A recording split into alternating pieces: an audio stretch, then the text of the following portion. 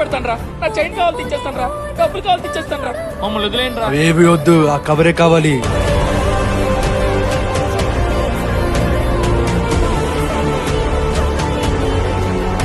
డబ్బులు వద్దంటున్నారు, బంగారం వద్దంటున్నారు, ఆ కవరే కావాలంటున్నారు. కవర్లో ఏముందన్నా?